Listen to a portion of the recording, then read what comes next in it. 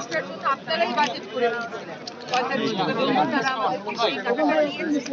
অর্ধেক গত বছর দিয়েছি, কারণ 5 কিলোমিটার কাজ আমরা করে ফেলেছি, আরো 25 কিলোমিটার কাজ আমরা করব। এগুলো হচ্ছে আজকে যদি এখানে এই বাঁধের কাজটা না করতাম তাহলে স্কুলটা ঠিক তো না, ভেঙে যেত। এইটা মানুষকে একটু আরো জানাতে হবে, বলতে হবে, কারণ মানুষের তো সাহস লাগবে সরকার তার কাছে কিছু দাবি করলে সে দাবিটা পূরণ। এটার জন্য আমি আজকে নিজের কাজটা দেখতে এসেছি। দ্বিতীয় কথা হচ্ছে স্থানীয় জনগণের কাছ থেকে স্থায়ী বাঁধের দাবি উঠেছে।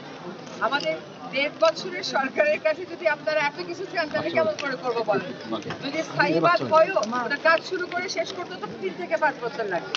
আপাতত বিপদটা কাটাবার জন্য আমরা এই কাজটুকু করেছি এবং সেখানে প্রত্যেকটা কাজের পর্যায়ে পর্যায়ে আমরা স্থানীয় মানুষকে সম্পৃক্ত করেছি, যাতে অনিয়মের যে অভিযোগ উঠতেই পারে তারা নিজে থেকে নিষ্পত্তি করতে পারে, অনিয়ম যাতে না হয়, ঠিকভাবে যেন কাজটা হয়।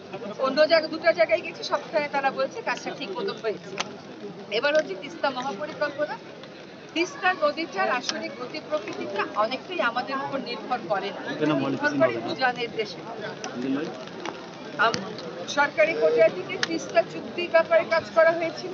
আপনারা জানেন যে 2011 সাল থেকে ওই চুক্তিটা স্বাক্ষর করা এখনো যায়নি, তবে সেই প্রক্রিয়াও সেই কাজও চলমান আছে। পাশাপাশি তিস্তা যেহেতু আমাদের নদী, ভাটির দেশের জনগণ হিসাবে এই নদীর উপর তো আমাদেরও একটা অধিকার আছে, আমাদের জনগোষ্ঠীর জনপদ দেশের একটা অধিকার আছে। সেটা আমরা কেমন করে সুরক্ষিত রাখতে পারি, সেজন্য 2016 সালে চীন সরকারের সাথে একটা স্মারক হয়েছিল, যার পরে একটা প্ল্যান দেওয়ার পরে সেই প্ল্যান নিয়ে আর কাজ আগায়নি। আমরা এসে জনগণের দাবি শুনেছিলাম যে তারা তিস্তাকে নিয়ে একটা মহাপরিকল্পনা চায়। আমরা সেই পরিকল্পনাটাকে মহাপরিকল্পনায় রূপ দেওয়ার জন্য চীন সরকারের সাথে কথাবার্তা শুরু করেছি। আপনারা জানেন যে আমরা 5টা গণশুনানি এখানে করেছি, যাতে এটা কোনো সরকারি পরিকল্পনা না হয়, এটা জনগণের আশা আকাঙ্ক্ষার প্রতিফলন ঘটানো একটা পরিকল্পনা। সেই গণশুনানিতে ব্যাপক অংশগ্রহণ হয়েছে। মানুষরা যখন ওই পরিকল্পনা শুনেছে তার উপর নিজেদের মতামত দিয়েছে।